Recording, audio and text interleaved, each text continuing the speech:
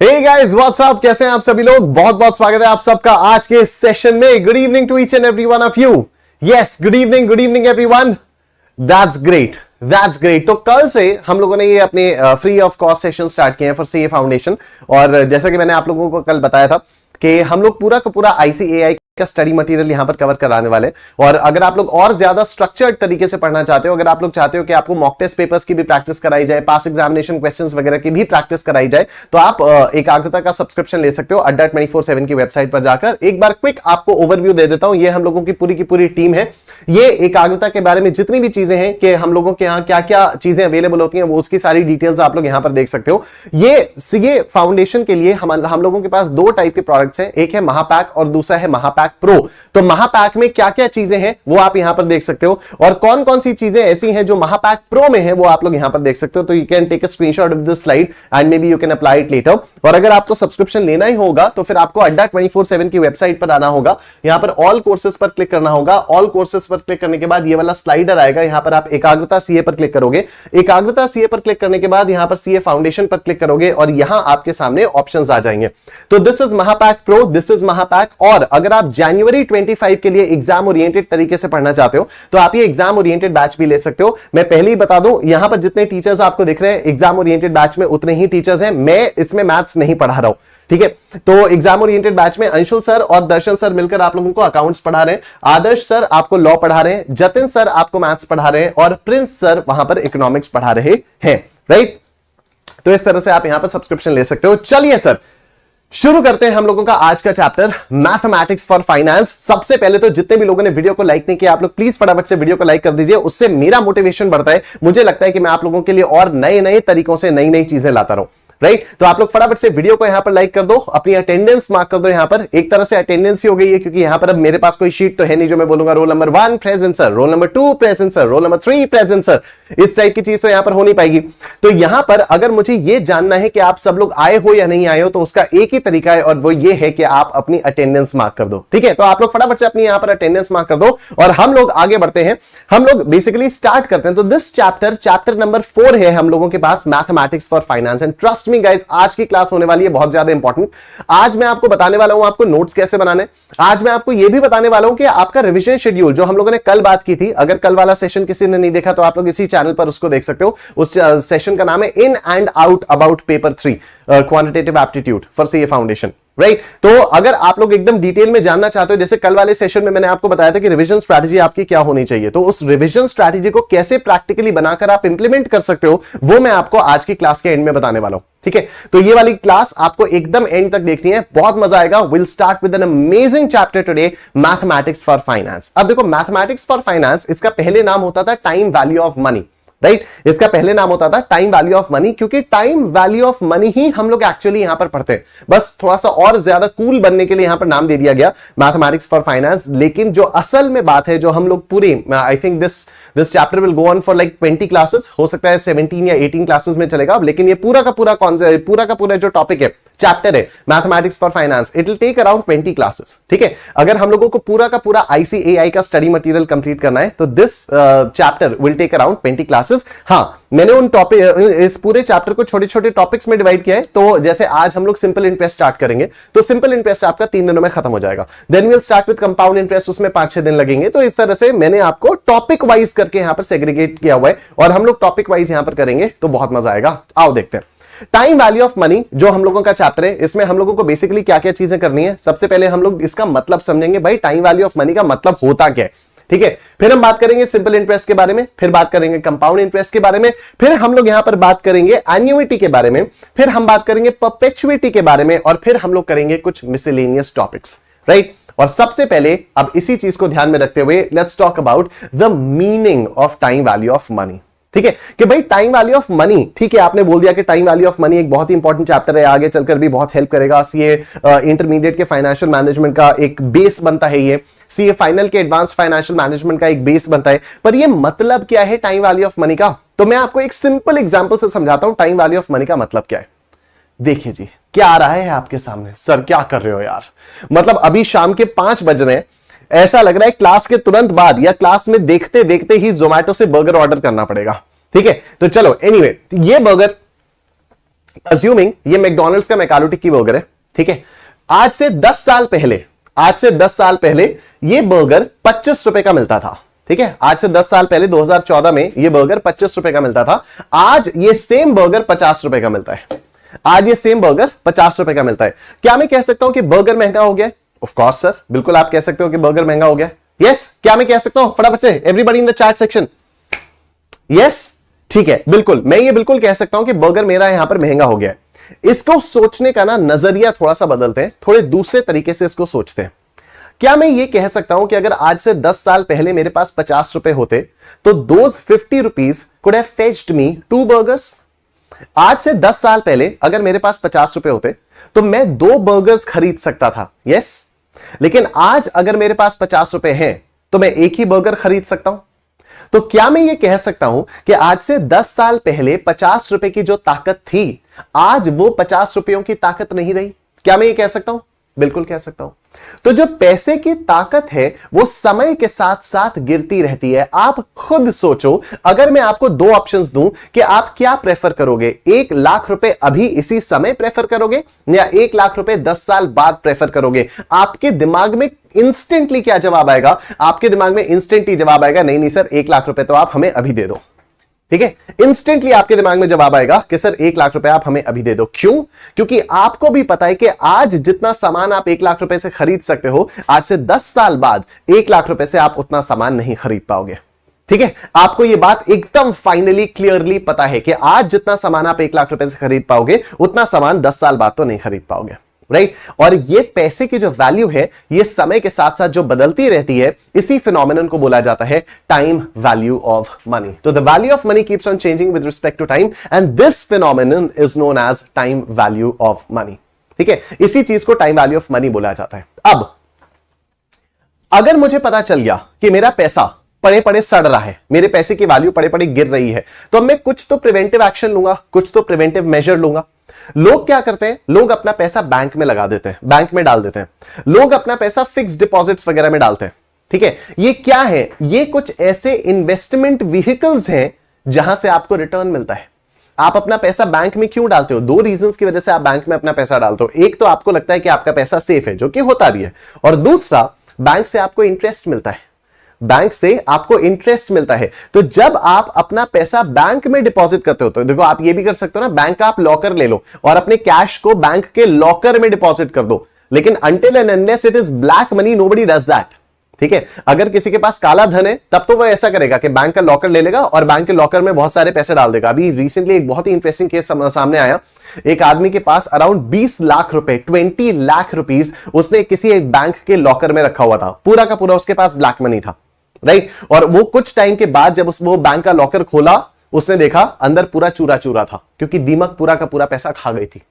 अब ideal situation में उसको शोर नहीं मचाना चाहिए था, उसको बिल्कुल शोर नहीं मचाना चाहिए था कि ये इतना सारा पैसा खा गया और ये बैंक बेकार है और ये वो, उसको बिल्कुल शोर नहीं मचाना चाहिए था, क्योंकि यार वो ब्लैक मनी था।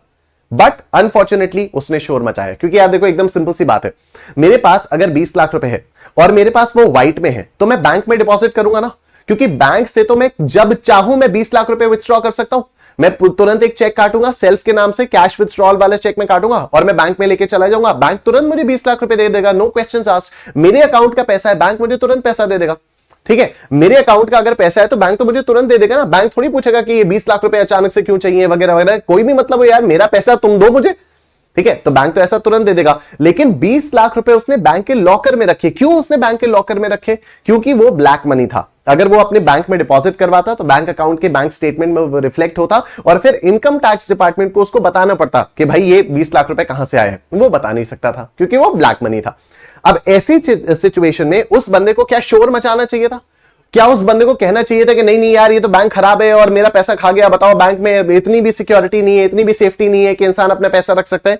नहीं, क्योंकि पता है ना भाई तेरा तो ब्लैक मनी है। अगर व्हाइट होता तो तू रखता ना। बैंक के लॉकर में कैश तो तभी रखा जाता है ना अगर वो ब्लैक में होता है तो। अदरवाइज आपको बैंक में अगर कैश डिपॉजिट करना है तो फिर बैंक के अकाउंट में डिपॉजिट करो ना।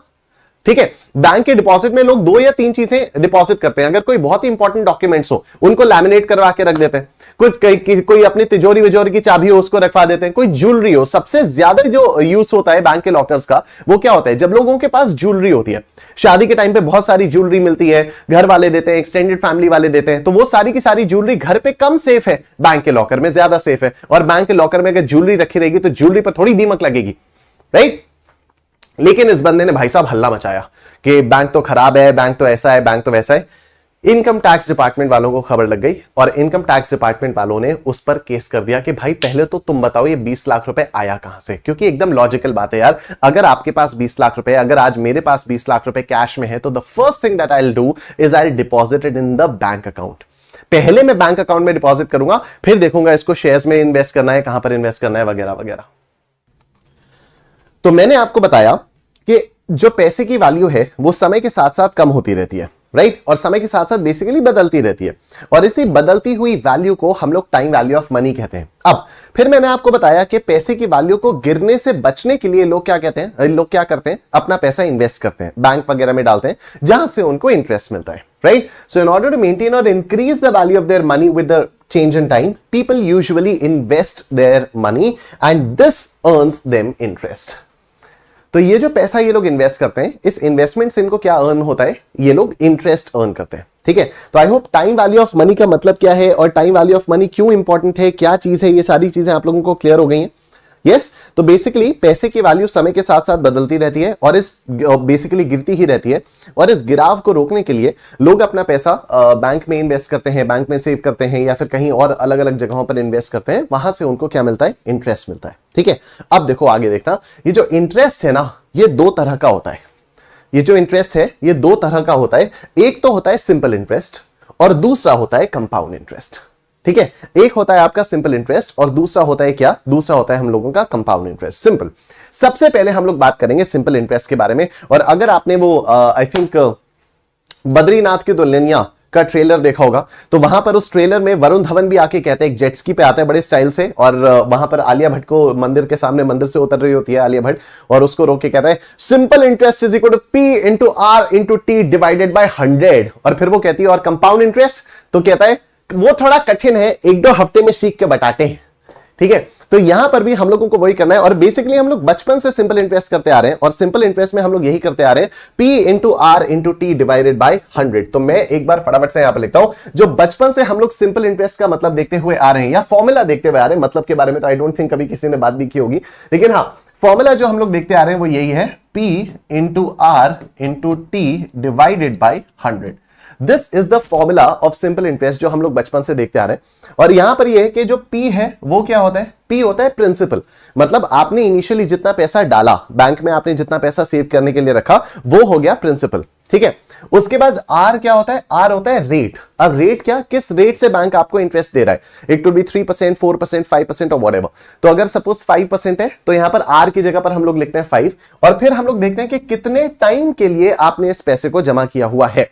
तो जितने टाइम के लिए आपने इस पैसे को जमा किया हुआ होता है वो हम लोग यहां पर टी में लिखते हैं। जैसे अगर आपने सपोज लेट्स से 2 इयर्स के लिए आपने पैसा जमा किया, अगर 2 साल के लिए आपने पैसा जमा किया तो प्रिंसिपल सपोज आपने 1000 रुपए जमा किए तो ये आ जाएगा 1000 रुपए into what is the rate, rate आपने मैंने बोला 5%, तो यहां पर आ जाएगा 5 और फिर टाइम मैंने बोला 2 इयर्स तो ये आ जाएगा 2 और होल डिवाइडेड बाय 100 हम लोग करते हैं, तब हम लोगों का आंसर आ जाता है। फटाफट से चैट बॉक्स में बताओ आंसर क्या होगा, ठीक है। मैं एक बार कैलकुलेटर देवता को बुला लेता हूं, तो कैलकुलेटर देवता को मैंने बुला लिया है, तो it's like what 1000 into 5 into 2 divided by 100 कितना आया, ये आ गया 100। तो 100 रुपए का आपको इंटरेस्ट मिल जाएगा, ठीक है। 100 रुपए का आपको इंटरेस्ट मिल जाएगा, ठीक है।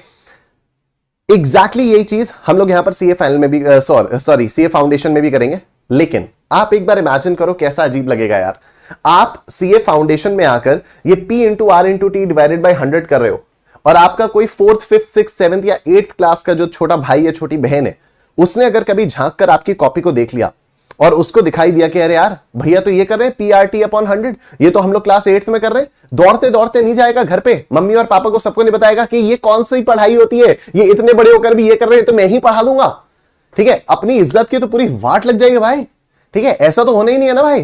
तो फिर अब यहां पर क्या किया, यहां पर हम करेंगे सेम चीज, लेकिन यहां पर थोड़ी सी भौकाली दिखाएंगे, यहां पर थोड़ा सा हम लोग पैशन दिखाएंगे, यहां पर थोड़ा सा कूल बन के हम लोग यहां पर चीजों को करेंगे। और उस कूलनेस के लिए व्हाट विल डू इज, ये जो r अपॉन 100 है ना, r अपॉन 100, इसकी जगह पर हम करेंगे स्मॉल i। स्मॉल i का मतलब यही है r अपॉन 100, लेकिन हम लोग इसको लिखेंगे स्मॉल i से, और ये जो कैपिटल T है इसको हम लोग स्मॉल t से रिप्रेजेंट करेंगे। ठीक है, इसको हम लोग स्मॉल t से रिप्रेजेंट करेंगे। तो मतलब अब हो क्या गया, जब भी क्वेश्चन में सपोज ये लिखकर आएगा कि rate is let's say 5%, rate क्या है 5%, तो स्मॉल i की वैल्यू क्या हो जाएगी, स्मॉल i की वैल्यू हो जाएगी r अपॉन 100 यानी 5 अपॉन 100, और ये आएगा 0.05। मतलब क्या हो गया कि अब हम लोगों को कभी भी रेट ऑफ इंटरेस्ट अगर लेना है तो हम लोग हमेशा उसको डेसिमल में लेंगे। डेसिमल में लेने का मतलब क्या हो गया कि क्वेश्चन में आपको वो रेट परसेंटेज में दिया हुआ होगा, आपको उसे 100 से डिवाइड करके उसे डेसिमल में कन्वर्ट करना होगा। ठीक है, इवेंचुअली आप लोग इसलिए करने लग जाओगे, लेकिन जब तक आप ओरली नहीं कर पा रहे हो तब तक बिंदास आप कैलकुलेटर पे करोगे 5 अपॉन 100, बिल्कुल शर्माने की जरूरत नहीं है, 0.05। ठीक है, अब आप में से कई लोगों के दिमाग में आ रहा होगा सर पर फर्क क्या पड़ता है, आंसर तो सेम आएगा। बिल्कुल आंसर सेम आएगा, लेकिन इससे होगा क्या, आगे चलकर बहुत सारी टर्मिनोलॉजीज हैं। जैसे मैंने आपको बताया कि ऑलमोस्ट 18-19 लेक्चर्स लगेंगे इस पूरे टाइम वैल्यू ऑफ मनी को या मैथमेटिक्स फॉर फाइनेंस को कंप्लीट होने में, राइट। तो मुझे उस पूरे चैप्टर का चप्पा चप्पा पता है, एक एक क्वेश्चन मुझे पता है कि अब आगे चलकर क्या क्या चीजें आने वाली हैं, राइट। तो वहां पर अगर आपने अभी से ये स्मॉल आई लिखने की आदत नहीं डाली ना, तो आगे चलकर आपको दिक्कत हो सकती है। तो इसीलिए आप लोग अभी से स्मॉल आई के टर्म्स में बात करने की आदत डालोगे। मैं भी हमेशा स्मॉल आई के टर्म्स में ही बात करूंगा। इनिशियली हो सकता है थोड़ा सा हिंड्रेंस आए, जैसे मैंने आपको हमेशा से बताया कि इनिशियली क्योंकि नए तरीकों से आप यहां पर चीजों को सीखने जा रहे हो, तो इनिशियली हो सकता है थोड़ा बहुत हिंड्रेंस आए, लेकिन उसको आप लोग इग्नोर कर देना, ये सोचते हुए कि it's a preparation for future, right. तो इनिशियली अगर आज कल में थोड़ी सी हिंड्रेंस आती है, कोई फर्क नहीं पड़ता, आगे चलकर आप देखोगे कितनी तेज और कितनी आसानी से आपके सारे के सारे क्वेश्चन सॉल्व होंगे। ठीक है, तो अगर रेट ऑफ इंटरेस्ट आपको दिया हुआ है परसेंटेज में, तो आपको उसको हमेशा फॉर्मूले में डेसिमल में लेना है, और डेसिमल में करने के लिए सिंपली क्या करना है, divided by 100, divide it by 100, simple. ठीक, उसके बाद ये जो आपका टी है ना, स्मॉल टी, ये हमेशा ईयर्स में आएगा। ये हमेशा किस में आएगा, ये हमेशा ईयर्स में आएगा। भाई तू यहां पर कैसे आ गया, तू तो अभी उधर था, तू तो अभी इधर था, अभी तो यहां पर था, ये पता नहीं इधर कैसे आ गया। एनीवे, तो यहां पर क्या आ जाएगा, यहां पर आपका जो टी है, वो जो टाइम है उसको हम लोग स्मॉल टी में लिखेंगे, and small t is basically going to be your time, लेकिन ये टाइम जो है वो ईयर्स में होगा। ये जो टाइम है ये ईयर्स में होगा। इसका मतलब क्या हुआ, अगर मान लो मैंने सपोज आपसे कहा कि मैंने तो 10 महीने के लिए चीज को इन्वेस्ट किया है, ठीक है, मैंने लेट्स से 1000 रुपए इन्वेस्ट किए हैं और मैंने इनको 10 महीनों के लिए इन्वेस्ट किया है। Now 10 months will not be the time in T, मैं 10 मंथ्स नहीं करूंगा, मैं इसको ईयर्स में कन्वर्ट करूंगा। अब आप मुझे चैट बॉक्स में बताना फटाफट से, आप लोग मुझे चैट बॉक्स में फटाफट से बताना, अगर मुझे ईयर्स को मंथ्स में कन्वर्ट करना होता है तो मैं क्या करूंगा। मैं एक एग्जाम्पल देता हूं, अगर मैं आपसे पूछूं एक साल में कितने मंथ्स है, 1 ईयर में कितने मंथ्स है, आप सब लोग बहुत आराम से बोल दोगे 12 मंथ्स है। ठीक है, all of you will be like sir 12 months मतलब क्या है, इसमें तो कोई पूछने वाली बात ही नहीं है। ठीक है, मैं कह रहा हूं 2 ईयर्स में कितने मंथ्स है। अगर मैंने पूछा कि 2 ईयर्स में कितने मंथ्स हैं, तो आप क्या बोलोगे, सिंपल है ना sir, 2 into 12 months, 2 into 12 months यानी 24 मंथ्स। ठीक है, 2 into 12 यानी 24 मंथ्स। तो अब अगर मैं आपसे पूछूं कि बताओ 24 मंथ्स का मतलब कितने ईयर्स, तो आप क्या करोगे, आप सिंपली करोगे 24 डिवाइडेड बाई 2 यानी डिवाइडेड बाई 12 यानी 2 ईयर्स। ठीक है, अगर मैं आपसे पूछूं 24 मंथ्स मतलब कितने ईयर्स, तो आप क्या करोगे, उसको सिंपली 12 से डिवाइड कर दोगे। मतलब क्या हुआ, जब आपको ईयर्स को मंथ्स में कन्वर्ट करना था तो आप 12 से मल्टीप्लाई कर रहे हो। ठीक है, and this is not something new, this is not anything new, ये सब चीजें आप लोगों को ऑलरेडी पता है, बस मैं आपको याद दिला रहा हूं एक स्ट्रक्चर्ड तरीके से। बस मैं आपको बता रहा हूं कि देखो ऐसा हो रहा है, आपके माइंड में ऐसा हो रहा है, कोई नई चीज नहीं सिखा रहा हूं इसमें। ठीक है, तो अगर आपको 2 साल को मंथ्स में कन्वर्ट करना है तो आप क्या करते हो, आप इसको 12 से मल्टीप्लाई करते हो। आप क्या करते हो, आप 12 से मल्टीप्लाई करते हो। सिमिलरली अगर आपको मंथ्स को ईयर्स में कन्वर्ट करना है तो आप क्या करोगे, 12 से डिवाइड कर दोगे। Done, simple. 24 महीने मतलब कितने साल, 24 डिवाइडेड बाई 12, 2 आता है तो 2 ईयर्स। राइट।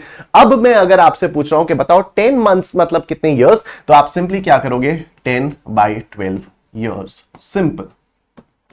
आप क्या करोगे, सिंपल में आप सिंपली आप यहां पे लिखोगे 10/12 ईयर्स। आई होप ये वाली बात सबको समझ में आ गई है। बोलो यस यस यस। ठीक है, ये वाली चीज आप सब लोगों को समझ में आ चुकी होगी, राइट। तो अभी हम लोग सिंपली क्या करेंगे, सिंपल इंटरेस्ट का जो हम लोगों का फॉर्मूला आएगा वो आएगा P into small I into T, where P is the principal. P क्या है, P है प्रिंसिपल, ठीक है। I क्या है, I है rate of interest, rate of interest, और ये है इन डेसिमल, परसेंटेज में नहीं, ये डेसिमल में है। And what is T, T is time, लेकिन टाइम भी कहां पर होगा, टाइम ईयर्स में होगा। टाइम किस में होगा, टाइम आपका हमेशा ईयर्स में होगा, ठीक है। इन चीजों का ध्यान हम लोगों को रखना है आगे हर क्वेश्चन को सॉल्व करने से पहले, ठीक। तो चलो मैं इसको डिलीट करता हूं, और ये आप लोग यहां पर देखो I is equal to PIT। ये सिंपल इंटरेस्ट को आप कैपिटल I से भी डिनोट कर सकते हो, आप इसको SI से भी डिनोट कर सकते हो, उसमें कोई दिक्कत वाली बात नहीं है। ये हो गया। उसके बाद P is principal, I is rate of interest in decimal, T is time in years, and this is finally amount. Amount क्या होता है फाइनल में, जैसे अभी हम लोगों ने बात की कि मैंने 1000 रुपीज इन्वेस्ट किए थे और 100 रुपीज का मुझे इंटरेस्ट मिला था, तो 2 साल में मुझे 100 रुपीज का इंटरेस्ट मिला, तो फाइनल अमाउंट मेरा कितना हुआ, फाइनल अमाउंट मेरा हुआ 1100। That is basically what A is, ठीक है। That is basically what A is. I hope ये वाली बात आप सबको समझ में आ रही है, ठीक है। तो अमाउंट क्या है, amount is basically principal plus interest. Getting it everyone? Yes. तो बस इतनी सी बात थी, सिंपल इंटरेस्ट से रिलेटेड और कोई चीज है नहीं हमारे पास। अब हम क्वेश्चंस करेंगे। आओ देखो, सबसे पहला क्वेश्चन है, simple interest on 3,500 rupees for 3 years at 12% is. अब सुनना मेरी बात ध्यान से, आपको नोट्स कैसे बनाने। ICAI का स्टडी मटेरियल, हम लोग यहां पर यूट्यूब पे पूरा का पूरा ICAI का स्टडी मटेरियल करने जा रहे हैं, ठीक है। पर ICAI के स्टडी मटेरियल में जिस सीक्वेंस में क्वेश्चंस दिए ना, हम उस सीक्वेंस में क्वेश्चंस को सॉल्व नहीं करेंगे, राइट। क्योंकि ICAI का जो सीक्वेंस है वो काफी हैपहैजर्ड टाइप का है। तो मैंने क्या किया है, अभी जैसे मैं सिंपल इंटरेस्ट कर रहा हूं, अब सिंपल इंटरेस्ट निकालने में भी कई सारी चीजें आएंगी, अलग अलग टाइप के क्वेश्चंस आएंगे, तो सिमिलर टाइप के क्वेश्चंस को मैं आपको एक साथ कराऊंगा, जिससे आपकी प्रैक्टिस होती रहे। कोई भी टीचर आपको वैसे ही पढ़ाएगा, सिमिलर टाइप के क्वेश्चंस को आपको एक साथ कराया जाएगा, राइट। तो अब ऐसे में क्या होगा, हम लोग, आप लोगों को ऐसा इनिशियली लगेगा कि अरे यार क्वेश्चन नंबर 1 के बाद सीधा क्वेश्चन नंबर 5 करा दिया, 2, 3, 4 कहां गए। वो 2, 3, 4 हो सकता है किसी और टॉपिक से रिलेटेड हो, वो मैं करवाऊंगा, लेकिन वो मैं बाद में कराऊंगा। रेस्ट बी अश्योर्ड कि पूरा का पूरा ICAI का स्टडी मटेरियल हम लोग यहां पर कवर करने वाले हैं। उसका तो डाउट ही मत देना, उसका मतलब आने भी मत देना दिमाग में कि यार वो कवर नहीं होगा तो कैसे होगा वगैरह वगैरह। पूरा का पूरा ICAI का स्टडी मटेरियल यहां पर कवर होगा, ठीक है। तो अभी आपको नोट्स कैसे बनाने होंगे इसके लिए कॉपी में, वो देखो। ये सपोज ICAI का स्टडी मटेरियल है आपका, ठीक है। मैंने अभी क्या बोला, एक्सरसाइज 4A का क्वेश्चन नंबर 1, ठीक है। ये आपका ICAI का स्टडी मटेरियल है, ये आपकी कॉपी है, ठीक है। आपको क्या करना है, ICAI के स्टडी मटेरियल में एक तो आप अपनी कॉपी में ना हमेशा यहां पर पेज नंबर्स देना, यहां पर आपकी ICAI यहां पर हमेशा आपके पेज नंबर्स होंगे, ठीक है। तो अपनी कॉपी में हमेशा पेज नंबर्स देना। सपोज आपने यहां पर पेज नंबर दिया 1, राइट। अब यहां पर हुआ एक्सरसाइज 4A क्वेश्चन नंबर 1, आप यहां पर लिख दोगे साइड में पेज 1। इसका मतलब क्या हो गया कि ये वाले क्वेश्चन का सॉल्यूशन आपको कहां मिलेगा, आपकी कॉपी के पेज नंबर 1 पर मिलेगा, ठीक है। इस वाले क्वेश्चन का सॉल्यूशन कहां मिलेगा, आपकी कॉपी के पेज नंबर 1 पर, ठीक है। तो अब क्या होगा, जब हम लोगों ने पूरा सिंपल इंटरेस्ट कंप्लीट कर लिया, आप रिवाइज करने बैठे, अब आप क्या सोचोगे, आप सोचोगे चलो ICAI का स्टडी मटेरियल उठाते हैं, उसको रैंडम बेसिस पर रिवाइज करना शुरू करेंगे, राइट। क्योंकि मैं हो सकता है आपको 1, 2, 3, 4 इस सीक्वेंस में ना कराऊं, हो सकता है मैं पहले 1 कराऊं, फिर 5 कराऊं, फिर 4 कराऊं, फिर 7 कराऊं, फिर इस तरह से मैं कुछ कुछ आपको करवाऊंगा, ठीक है। लेकिन जब आप फाइनली टॉपिक खत्म करने के बाद रिवाइज करने के लिए बैठोगे, तो आपका मन क्या करेगा कि मैं रैंडम बेसिस पर रिवाइज करता हूं, तभी तो और अच्छे से समझ में आएगा ना कि हाँ हमारा हुआ हुआ है, हम लोगों ने इसको प्रॉपर्ली सॉल्व किया हुआ है। तो अब यहां पर आपका क्या होगा कि आपने सपोज क्वेश्चन नंबर 1 देखा, मान लो आपका आंसर आपको समझ में नहीं आया, मान लो आपको समझ में नहीं आ रहा कि इस क्वेश्चन को कैसे करेंगे, फिर आपको कॉपी में ढूंढना नहीं पड़ेगा कि इस वाले क्वेश्चन का सॉल्यूशन मैंने कहां लिखा था। आप सिंपली क्या करोगे, आपने यहां पर देखा पेज नंबर 1 पर इसका सॉल्यूशन है, और अपनी कॉपी के पेज नंबर 1 पर आप यहां पर लिखोगे बुक का पेज नंबर और क्वेश्चन का नंबर, ठीक है, सॉल्व करने से पहले आप क्या करोगे, बुक का पेज नंबर जो भी आईसीएआई के स्टडी मटेरियल की बुक का पेज नंबर है वो हो जाएगा, और यहां पर जो क्वेश्चन का नंबर है वो, तो एक्सरसाइज 4 है क्वेश्चन नंबर 1। आप चाहो तो इसको ऐसे भी लिख सकते हो, आप चाहो तो इसको इस तरह से भी लिख सकते हो कि आपने किया यहां पर एक्सरसाइज 4A क्वेश्चन नंबर 1, बात खत्म। एक्सरसाइज 4A क्वेश्चन नंबर 1 ये हो गया। अब देखो क्वेश्चन क्या है, क्वेश्चन है simple interest on 3,500 rupees for 3 years at 12% पर एनम इज। ठीक है, तो आपसे सिंपल इंटरेस्ट निकालने के लिए बोला गया है ऑन 3,500 रुपीज, मतलब प्रिंसिपल आ जाएगा 3,500 रुपीज। ठीक है, प्रिंसिपल आ गया 3,500, टाइम कितना है, टाइम 3 years का है, तो टी आ गया 3 years, टी आ गया 3 years एंड 12%। ठीक है, 12%, तो आई क्या होगा, 12% है, आपको डिवाइडेड बाय 100 करके लिखना है, तो आपके लिए आ जाएगा 0.12। और अगर मान लो ये 0.12 एकदम से नहीं क्लिक कर रहा है, कोई फर्क नहीं पड़ता, कैलकुलेटर उठाओ उसमें करके देखो। अब सिंपल इंटरेस्ट आएगा PIT, ये आ गया आपका 3,500 into what is I is 0.12 into 3 and this is done। Calculator देवता प्रकट हो महाराज, हमें आपकी सहायता की आवश्यकता है। भाई ये ऊपर ना जाया करो यार, ऊपर चले जाते हो तो डर सा लगता है। हाँ, तो अभी क्या हो गया 3,500 इंटू 0.12 इंटू 3, और ये आ गया आपका 1,260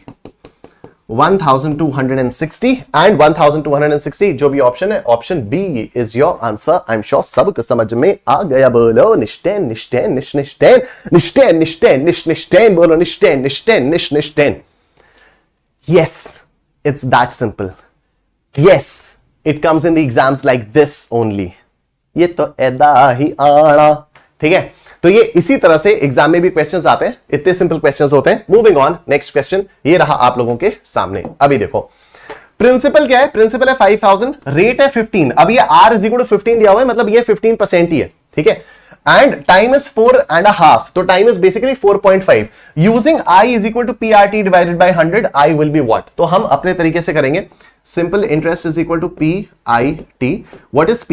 P is 5,000 into what is small I? Small I क्या है, 15 by 100, तो this will be 0.15।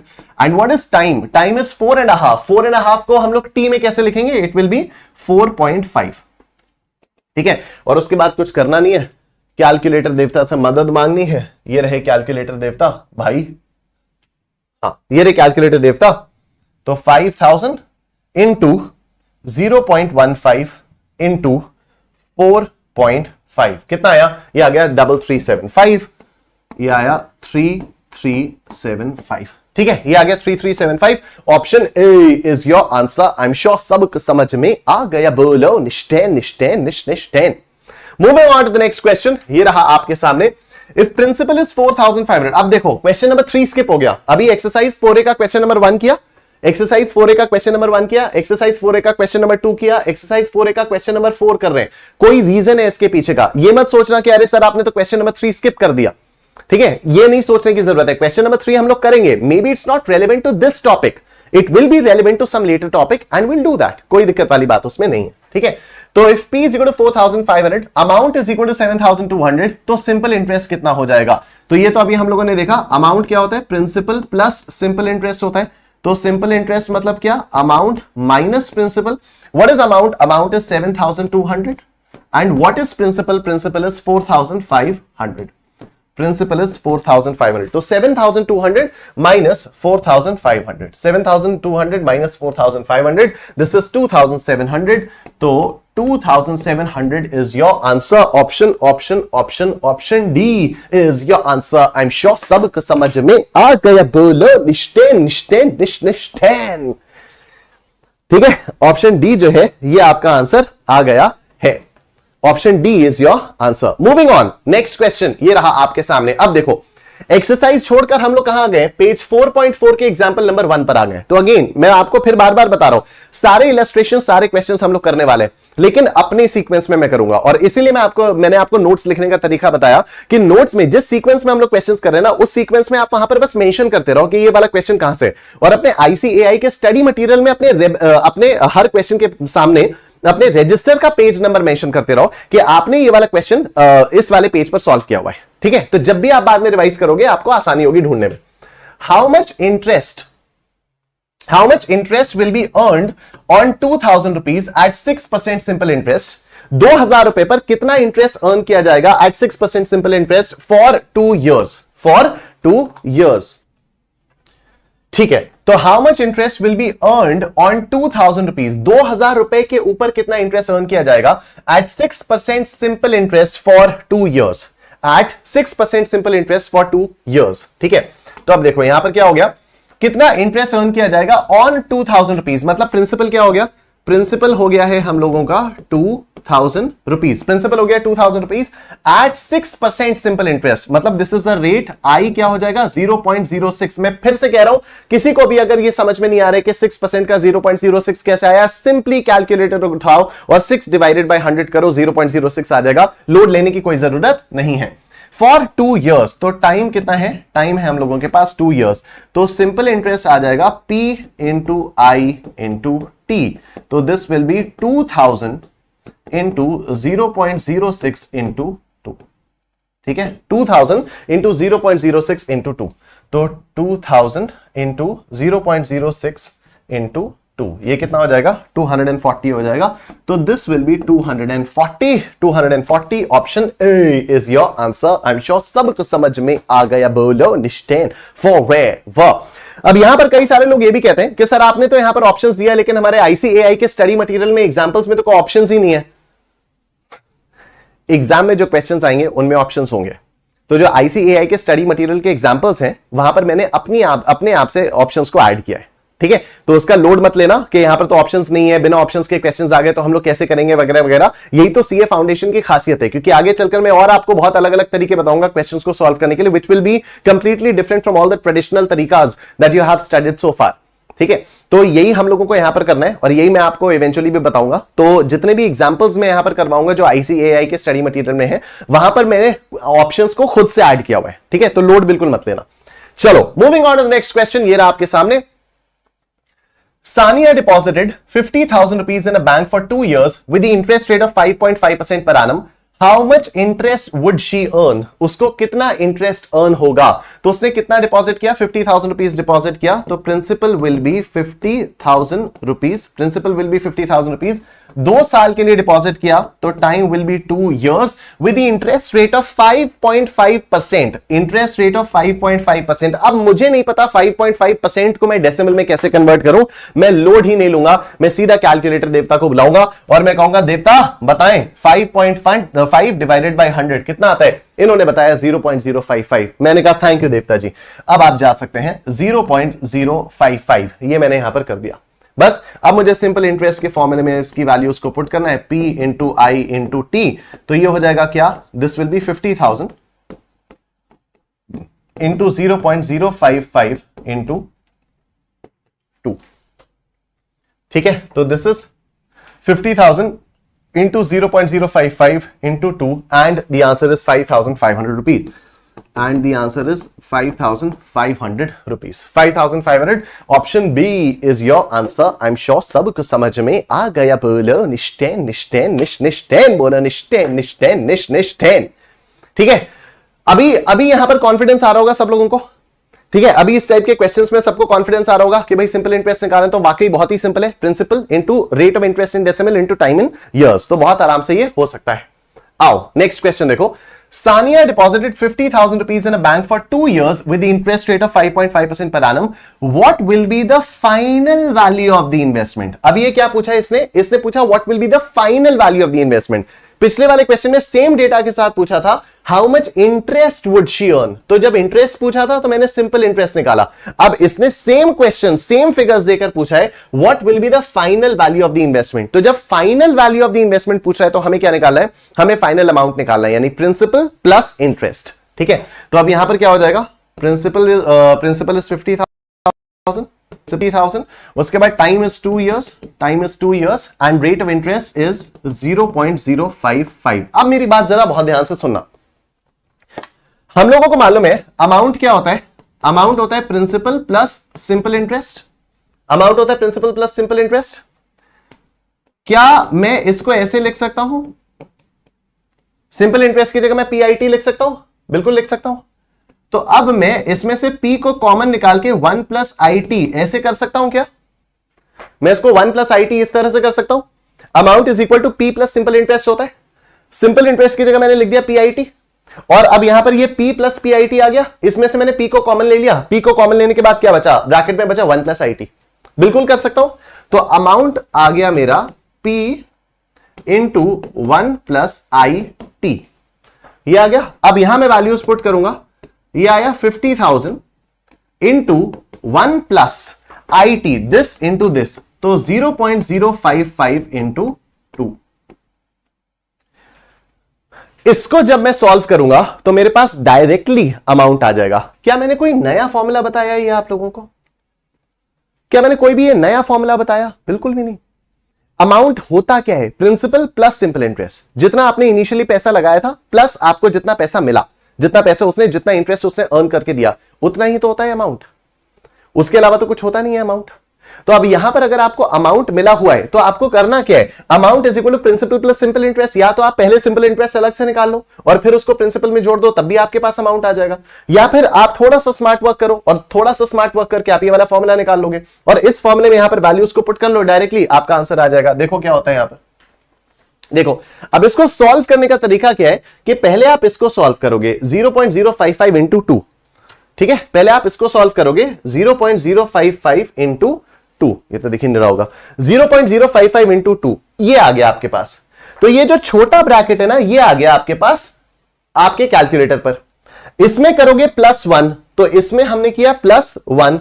अब ये पूरा का पूरा ब्रैकेट सॉल्व होकर आ गया आपके पास। अब इस ब्रैकेट को मल्टीप्लाई कर दोगे 50,000 रुपीज से, तो इस ब्रैकेट को मल्टीप्लाई कर दिया 50,000 रुपीज से, तो ये 55,500 रुपीज, ये आपका फाइनल आंसर आ गया। ठीक है, this is your final answer 55,500 rupees. मैं एक बार फिर से बता रहा हूं ये वाली चीज, ठीक, मैं एक बार फिर से बता रहा हूं, बहुत ध्यान से मेरी बात सुनना।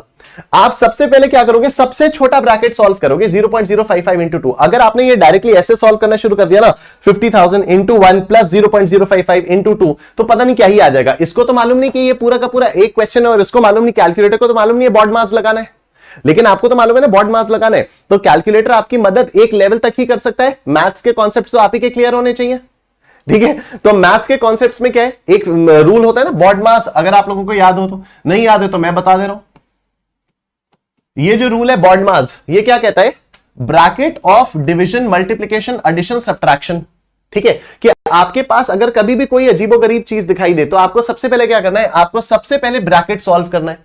अब यहां पर अगर आपके पास दो ब्रैकेट्स हैं, एक तो बड़ा ब्रैकेट है यहां से खत्म शुरू हो रहा है, यहां पर खत्म हो रहा है, और एक छोटा ब्रैकेट है ये वाला, तो आपको पहले सबसे पहले ब्रैकेट को सॉल्व करना है। तो ये जो ब्रैकेट है, आपने सबसे पहले सबसे छोटा ब्रैकेट सॉल्व किया, ठीक है? आपने सबसे पहले सबसे छोटा ब्रैकेट सॉल्व किया 0.055 इंटू 2, ये आ गया, ठीक है? अब ये छोटा ब्रैकेट सॉल्व हो गया, उसके बाद आपको ये बड़ा वाला ब्रैकेट सॉल्व करना है। तो ये छोटू तो आ गया, इसमें आपको +1 कर देना है, इसमें आपको +1 कर देना है। अब पूरा बड़ा ब्रैकेट भी सॉल्व हो गया, और अब अगर बड़ा ब्रैकेट सॉल्व हो गया तो बचा क्या? 50,000 रुपीज इसमें मल्टीप्लाई कर देना है।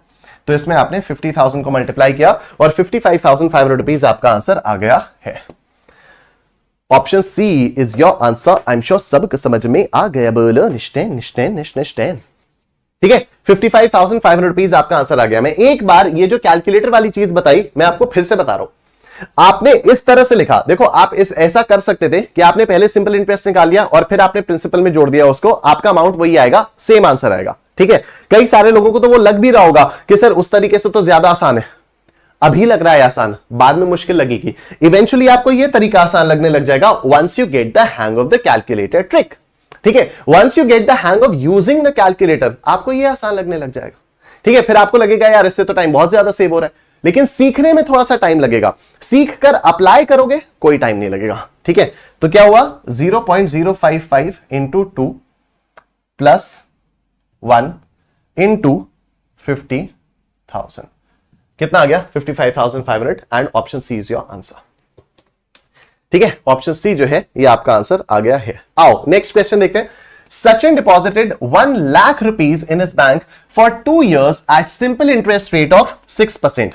How much would be the final value of the deposit? Final value पूछिए, मतलब यहां पर भी अमाउंट पूछा जा रहा है, यहां पर भी अमाउंट पूछा जा रहा है, तो आप देखो यहां पर क्या हुआ, इसने 1 लाख रुपए डिपॉजिट किया, तो प्रिंसिपल कितना आ गया, प्रिंसिपल आ गया 1 लाख रुपए, प्रिंसिपल आ गया कितना 1 लाख रुपए। उसके बाद 2 इयर्स बोला है यहां पर, तो 2 इयर्स मतलब क्या हो गया, टाइम इज इक्वल टू 2, और उसके बाद सिंपल इंटरेस्ट रेट ऑफ 6%, तो 6% मतलब small i is equal to 0.06, small i is equal to 0.06। आपसे पूछिए फाइनल वैल्यू, फाइनल वैल्यू का मतलब होता है अमाउंट, अमाउंट कैसे आएगा, अमाउंट आएगा P इंटू 1 प्लस IT, तो ये आ जाएगा P यानी 1 lakh rupees into 1 plus 0.06 into 2, ये ठीक है। अब आपको क्या करना है, आपको सबसे पहले ये सॉल्व करना है, 0.06 इंटू 2, 0.06 इंटू 2, ये कर दिया आपने, ठीक है। उसके बाद आप इसमें 1 जोड़ दोगे, तो ये क्या हो जाएगा +1, ये भी जुड़ गया। उसके बाद आप क्या करोगे, इसको 1 लाख से मल्टीप्लाई कर दोगे, तो ये क्या हो जाएगा इंटू 1 लाख, 1,12,000 आपकी फाइनल वैल्यू आ गई। Option D is your answer, ठीक है। 1,12,000 आपकी फाइनल वैल्यू आ गई, option D is your answer. I hope this is clear to each and every one of you. Moving on. That's it for today. ठीक है, ये जो calculation of principal वाले questions हैं, इनको हम लोग कल से करेंगे, ठीक है। अब हमने आज कितने क्वेश्चंस किए आप देखो, 1 2 3 4 5 6 7, ठीक है। हम लोगों ने आज 7 क्वेश्चंस किए, देख रहे हो आप लोग, हम लोगों ने आज 7 क्वेश्चंस किए। क्या आपको नहीं लगता कि सातों के सातों क्वेश्चंस एक जैसे से थे? शुरुआत के 5 क्वेश्चंस में तो आपको सिंपल इंटरेस्ट निकालना था, प्रिंसिपल दिया हुआ था, रेट दिया हुआ था, टाइम दिया हुआ था, और बाद के 2 क्वेश्चंस में आपको फाइनल अमाउंट निकालना था। कोई दिक्कत तो है नहीं, ठीक है। इन 7 क्वेश्चंस में से अगर आप कोई 2 क्वेश्चंस भी सेलेक्ट कर लेते हो, तो क्या आपको यह पूरा का पूरा कॉन्सेप्ट पूरी तरह से रिवाइज हो जाएगा? ऑनेस्टली बताना मुझे। आज हो सकता है हम लोगों को करने में कितना टाइम लग गया, 41 मिनट्स का सेशन हो चुका है अभी तक, ठीक है। तो हम लोगों को अभी 41 मिनट्स लग गए इन 7 क्वेश्चंस को करने में। चलो मैं मान लेता हूं कि शुरू के 10 मिनट में मैंने आपको एक्सप्लेनेशंस दिए, और उसके बाद आधा घंटा हम लोगों को लग गया ये 7 क्वेश्चंस करने के लिए। क्या आपको लगता है कि अब अगर कल आप ये 7 क्वेश्चंस रिवाइज करोगे तो आपको फिर से आधा घंटा लग जाएगा? तो वेरी ऑनेस्टली बताना चैट सेक्शन में, कंप्लीटली ऑनेस्ट होके बताना चैट सेक्शन में।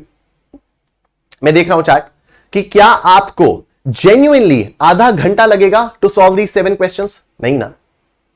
The point that I am trying to make is कि with every subsequent revision the time taken to revise reduces drastically.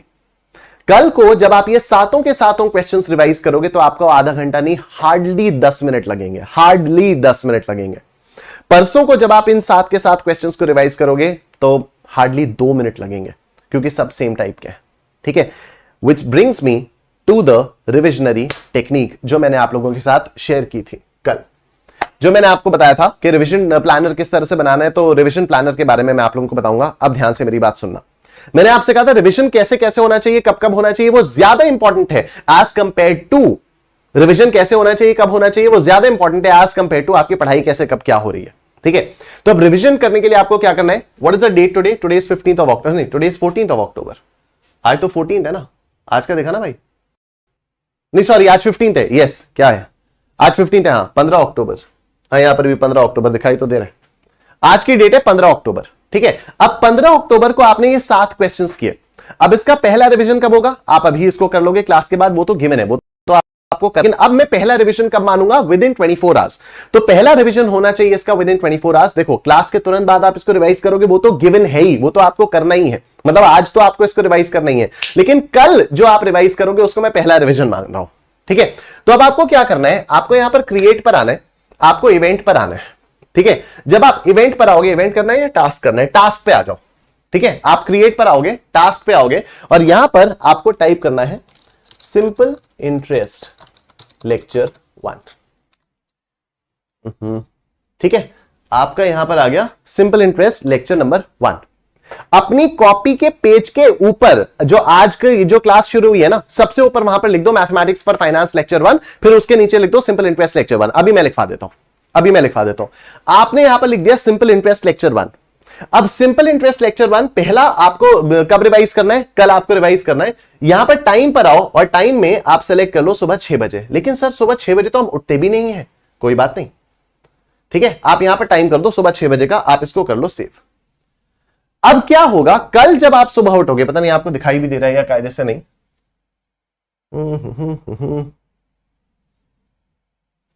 अब आपको शायद दिखाई देगा थोड़ा और कायदे से।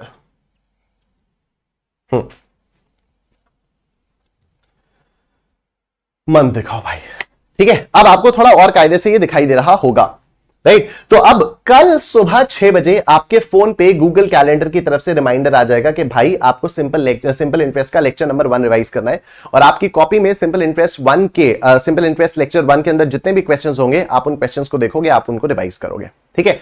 कल सुबह अगर आप 6 बजे नहीं उठे कोई बात नहीं, जब भी उठोगे फोन पे तो नोटिफिकेशन आया हुआ होगा, ठीक है, जब भी आप उठोगे तो फोन पे तो आपका एक नोटिफिकेशन आया हुआ होगा ना, आप उसको देखकर उसको रिवाइज कर लोगे, ठीक है।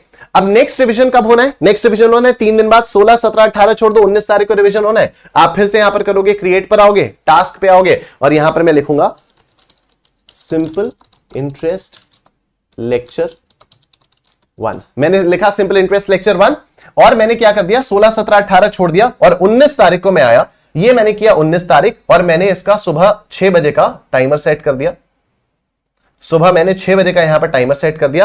और ये जो डजंट रिपीट है ना, इसको मैंने कर दिया वीकली, इसको मैंने कर दिया वीकली, और मैंने कर दिया सेव। अब आप देखो क्या हुआ, मैंने आपको बताया था पहला रिवीजन होना चाहिए with in 24 hours, next revision होना चाहिए with in 3 days from the first revision, और फिर मैंने आपसे कहा था कि हर 7वें दिन पर उस चीज का रिवीजन होना चाहिए। आप जितनी ज्यादा बार चीजों को रिवाइज करोगे उतनी ज्यादा आपकी रिटेंशन रहेगी, और उतना ज्यादा आप नए क्वेश्चंस को भी टैकल कर पाओगे। ये बात आपको अभी समझ में नहीं आएगी, ये बात आपको अभी तुरंत बिलीव भी नहीं होगी कि सर सेम क्वेश्चंस करते रहेंगे तो फिर उसके बेसिस पर नए क्वेश्चंस कैसे टैकल करेंगे, एक पॉइंट के बाद तो हमें सारे आंसर्स याद हो जाएंगे। बिल्कुल सही है, लेकिन आंसर्स याद नहीं करने, व्हेन आई एम सेइंग कि आपको रिवाइज करने हैं, आपको उस क्वेश्चन के पूरे प्रोसेस को अपने दिमाग में दोहराना है। ये नहीं करना कि क्वेश्चन पढ़ा, इसका आंसर ए, इसका आंसर बी, इसका आंसर सी, ऐसा नहीं करना है।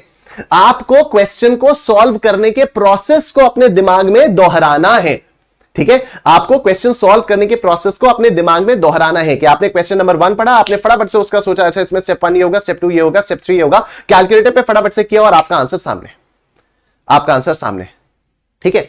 जितनी बार आप ये करोगे उतना ज्यादा आपकी कॉन्सेप्चुअल क्लैरिटी बेटर होगी। ये आपको हो सकता है तीसरे या चौथे रिवीजन के बाद रियलाइज हो, और ये रिवीजन क्यूम्युलेटिव रिवीजन इससे इतना ज्यादा होता रहेगा ना, एक पॉइंट के बाद पूरा का पूरा सिलेबस आप हफ्ते भर के अंदर अंदर रिवाइज करने लग जाओगे।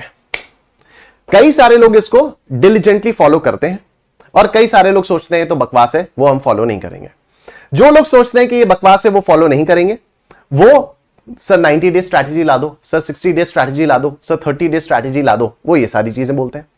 जो लोग इसको पहले दिन से फॉलो करके रखते हैं उनको इसके बाद किसी और स्ट्रैटेजी की जरूरत नहीं पड़ती।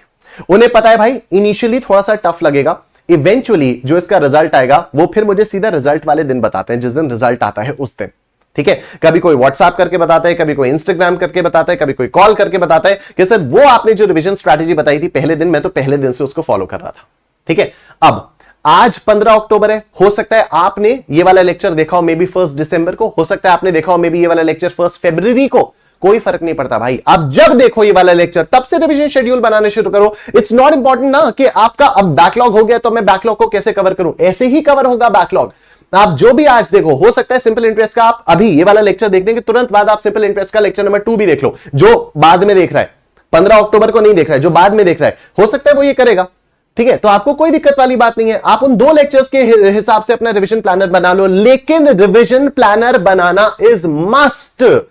ये मैं अपनी हर स्ट्रैटेजी सेशन में बताता हूं कि भाई बैकलॉग को लाइव क्लासेस जितनी इज्जत देनी पड़ेगी। ये जो आज आपका बैकलॉग है ये कभी किसी का लाइव था, तो अगर ये लाइव था और आपका बैकलॉग है तो आप इसको अगर कम इज्जत दोगे, बैकलॉग मानोगे, तो वो तो गलत बात है दोस्त, वो बिल्कुल गलत बात है, ठीक है। तो अगर आज आप ये वाला सेशन देख रहे हो और आज की तारीख में भी जनवरी 2025 या फरवरी 2025 या मार्च 2025 ही क्यों ना हो, आपको ये रिवीजन शेड्यूल फॉलो करना है।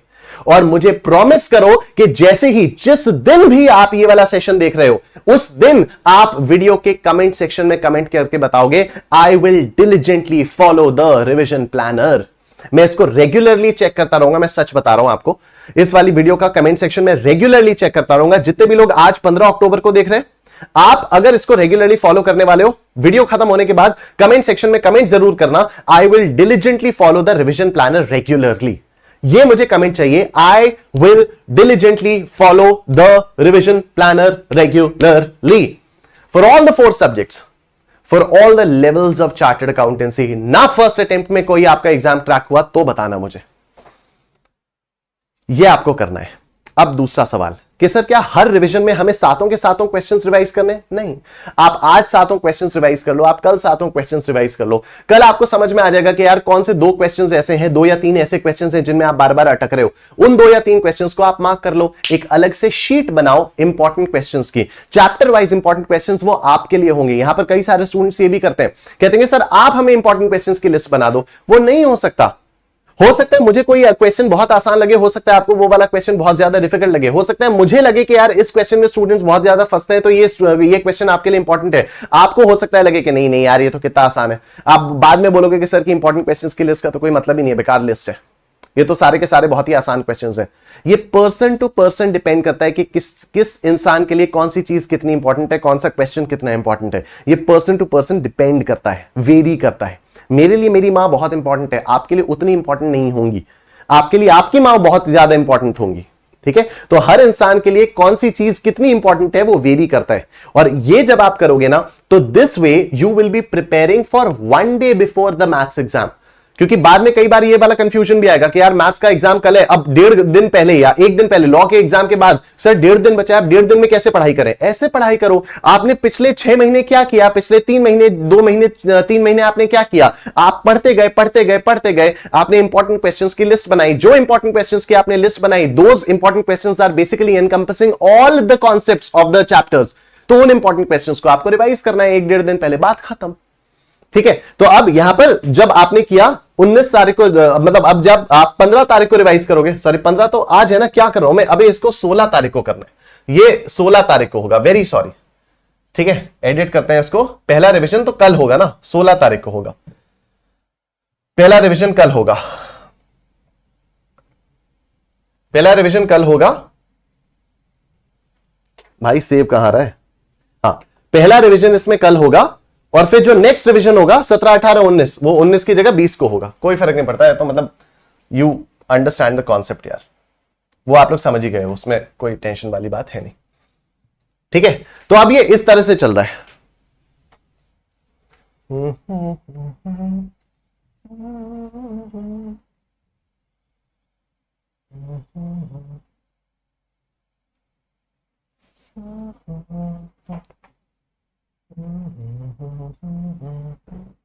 वीकली ऑन संडे करना होगा ना इसको, इसको डिलीट ही कर देता हूं।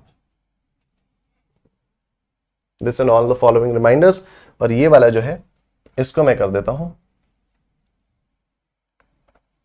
Weekly on Sunday.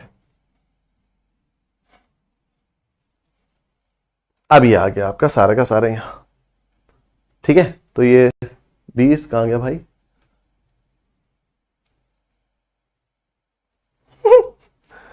इसको भी भाई डिलीट ही कर देता हूं, फ्रेश बनाता हूं। तू भी जा भाई, फ्रेश बनाते हैं। 16 हो गया, 17, 18, 19 छोड़ना है हमें, 19 वाले को भी डिलीट करते हैं। ठीक है, और 16 तारीख को हो गया, आज पढ़ा, 16 को रिवाइज किया, 17, 18, 19 छोड़ा, 20 को बनाना है, 20 को बनाते हैं।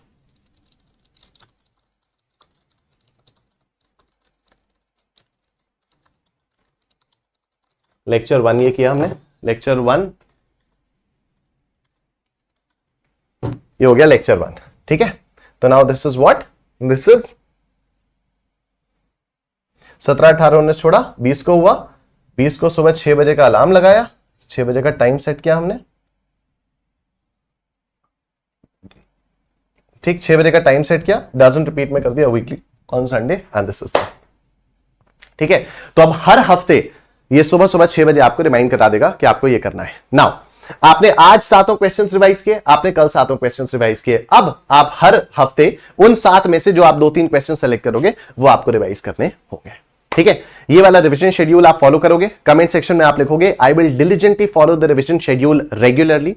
ठीक है, चारों सब्जेक्ट्स के लिए कर लोगे तो बहुत ही अच्छी बात है, उससे बेहतर कुछ हो ही नहीं सकता। इनिशियली थोड़ा सा आपको टफ लगेगा, इनिशियली थोड़ा सा आपको बोरिंग लगेगा, बट ये जो स्टेडीनेस, ये जो कंसिस्टेंसी आपके अंदर डेवलप होगी ना, ये जो क्यूमुलेटिव रिवीजन करने की आदत आपके अंदर डेवलप होगी, उसी से आपका एग्जाम फर्स्ट अटेम्प्ट में क्रैक होगा and you will clear maybe with 360 marks और 370 मार्क्स और समथिंग एज वेल। ठीक है, thank you so much everyone, take care, अपना ध्यान रखिए और बाकी कमेंट सेक्शन में कमेंट करके बताना आपको सेशन कैसा लगा, और जो मैंने बोला है वो तो कमेंट आप डेफिनेटली करना, वीडियो को लाइक कर देना। Thank you so much, take care, bye bye.